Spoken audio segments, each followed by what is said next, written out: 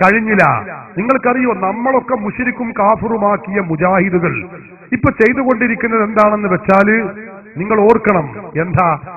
നമ്മുടെ നാട്ടിലുള്ള അമുസ്ലിങ്ങളായ ആളുകളുണ്ട്, കാഫിറുകളായ ആളുകൾ, അതായത് അവിശ്വാസികൾ.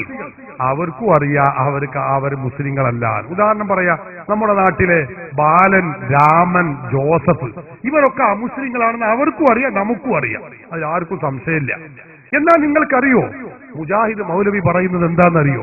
ഇവരൊക്കെ മുസ്ലിങ്ങളാകുന്നു എന്നാണ്. നിങ്ങൾക്കറിയോ, രാമനും ബാലനും, രാമേട്ടനും ബാലേട്ടനും ഒക്കെ മുസ്ലിമാകുന്നു. പിന്നെ കാഫിർ ആരാ? കാഫിർ ഡാഡിയും തലപ്പാവുള്ളവനൊക്കെ കാഫിറുമാകുന്നു.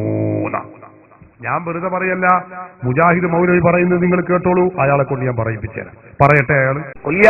കാഫിറൂൻ എന്ന ഖുർആനിലെ 109-ാമത്തെ അധ്യായത്തെ കുറിച്ച് ആലോചിച്ചിട്ടുണ്ട്. കാഫിർ എന്ന് പറഞ്ഞാരാ?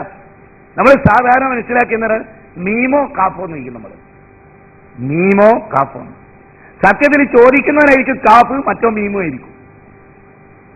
ഇവിടെ ഹൈന്ദവ സഹോദരങ്ങളെ, ക്രിസ്ത്യാനികളൊക്കെയാണ് നമ്മൾ എന്താ പറയാ, കാഫ്, നമ്മൾ മീമ്. അങ്ങ് കേൾക്കണോ, ആരാ യഥാർത്ഥത്തിൽ മീമ്? കാഫ്. നമ്മളാണ് കാഫ്, അവരോ മീമ്.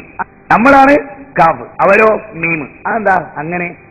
ഇവിടെ കാഫിർ എന്നൊരാളെ പറയപ്പെടാറിയങ്ങള് അയാൾക്ക് സത്യപ്രബോധനം എത്തിയിട്ട് ആ പ്രബോധനത്തെ അയാൾ നിഷേധിക്കണം, അപ്പേ അയാൾ കാഫിറാവുള്ളൂ.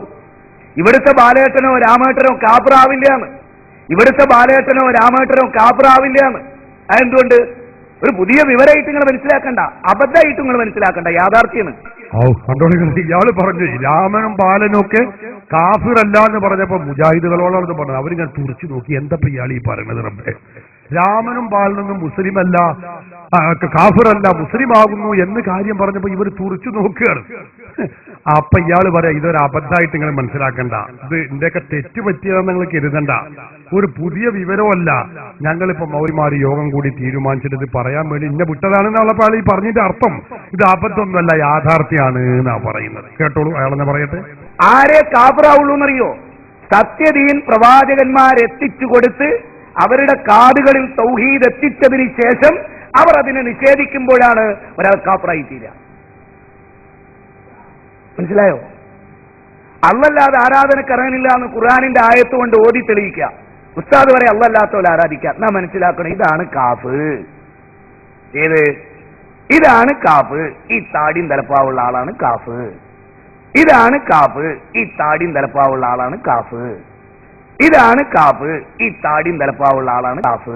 താടിയും തലപ്പാവുള്ള ആളുകളൊക്കെ കാഫിറുകള്.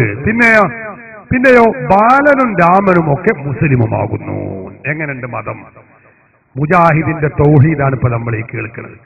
ഈ തൗഹീദ് സഹോദരന്മാരെ നിങ്ങൾ ചിന്തിക്കണം. ബാലനും രാമനും നമ്മുടെ നാട്ടിലുള്ള അവരൊക്കെ എന്താകുന്നു? മുസ്ലിമാകുന്നു.